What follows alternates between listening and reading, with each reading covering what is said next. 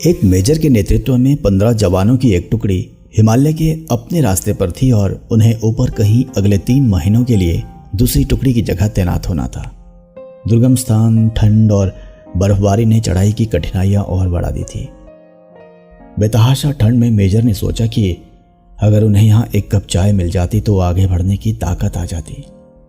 लेकिन रात का समय था, आसपास कोई बस्ती भी नहीं थी। लगभग 1 घंटे की चढ़ाई के पश्चात उन्हें एक जर्जर चाय की दुकान दिखाई दी, लेकिन अफसोस उस पर ताला लगा था। भूख और थकान की तीव्रता के चलते जवानों के आग्रह पर मेजर साहब दुकान का ताला तोड़वाने को राजी हो गए। खैर, ताला तोड़ा गया तो अंदर उन्हें चाय बनाने का सभी सामान मिल गया। जवानों ने चाय बनाई, साथ वहां रखे बिस्किट आदि खाकर खुद को राहत दी। थकान से उबरने के पश्चात सभी आगे बढ़ने की तैयारी करने लगे, लेकिन मेजर साहब को यूं चोरों की तरह दुकान का ताला तोड़ने के कारण आत्मग्लानि हो रही थी। उन्होंने अपने पर्स में से 1000 का नोट निकाला और चीनी के डिब्बे के नीचे दबा कर रख दिया और दुकान का शटर ठीक से बंद करवा कर आगे बढ़ गए। इससे मेजर की आत्मग्लानि कुछ हद तक कम हो गई और टुकड़ी अपने गंतव्य की ओर बढ़ चली। वहां पहले से तैनात टुकड़ी उनका इंतजार कर रही थी। इस टुकड़ी ने उनसे अगले 3 महीने के लिए चार्ज लिया व ड्यूटी पर तैनात हो गए। 3 महीने की समाप्ति पर इस टुकड़ी के सभी 15 जवान सकुशल अपने मेजर के नेतृत्व में उसी रास्ते से वापस आ रहे थे। रास्ते में उसी चाय की दुकान को खुला देखकर वहां विश्राम करने के लिए रुके।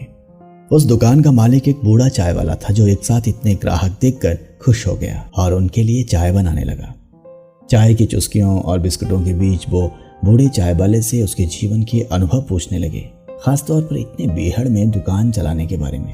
बूढ़ा उन्हें कई कहानियां सुनाता रहा और साथ ही भगवान का शुक्र अदा करता रहा।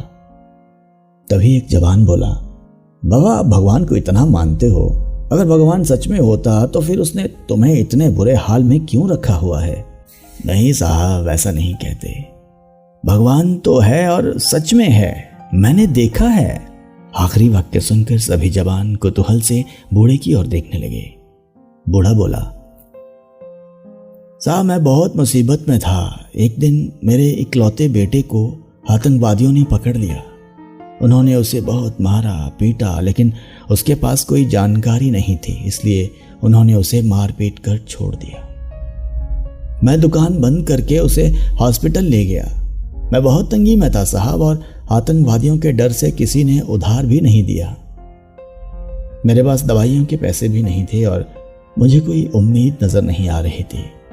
उस रात साहब मैं बहुत रोया और मैंने भगवान से प्रार्थना की और मदद मांगी। और साहब, उस रात भगवान मेरी दुकान में खुद आए। मैं सुबह अपनी दुकान पर पहुंचा, ताला टूटा देखकर मुझे लगा कि मेरे पास जो कुछ भी थोड़ा बहुत था वो सब भी लुट गया। मैं दुकान में घुसा तो देखा 1000 रुपए का एक नोट चीनी के डिब्बे के नीचे भगवान ने मेरे लिए रखा हुआ है। साहब, उस दिन 1000 के नोट की कीमत मेरे लिए क्या थी शायद मैं बयां न कर पाऊं, लेकिन भगवान है साहब, भगवान तो है। बूढ़ा फिर अपने आप में बड़बड़ाया। भगवान के होने का आत्मविश्वास उसकी आंखों में साफ चमक रहा था। ये सुनकर वहां सन्नाटा छा गया। 15 जोड़ी आंखें मेजर की तरफ देख रही थी, जिसकी आंख में उन्हें अपने लिए स्पष्ट आदेश था, चुप रहो। मेजर साहब उठे, चाय का बिल अदा किया और बूढ़े चाय वाले को गले लगाते हुए बोले, हाँ बाबा, मैं जानता हूं भगवान है और तुम्हारी चाय भी शानदार थी। और उस दिन उन 15 जोड़ी आंखों ने पहली बार मेजर की आंखों में चमकते पानी के दुर्लभ दृश्य का साक्ष्य किया। और सच्चाई यही है कि भगवान तुम्हें कब किसी का भगवान बनाकर कहीं भेज दे, ये खुद तुम भी नहीं जानते। आप सुन रहे थे कुपवाड़ा सेक्टर में घटित एक जवान द्वारा शेयर की गई सच्ची घटना पर आधारित ईश्वर, आस्था और चाय।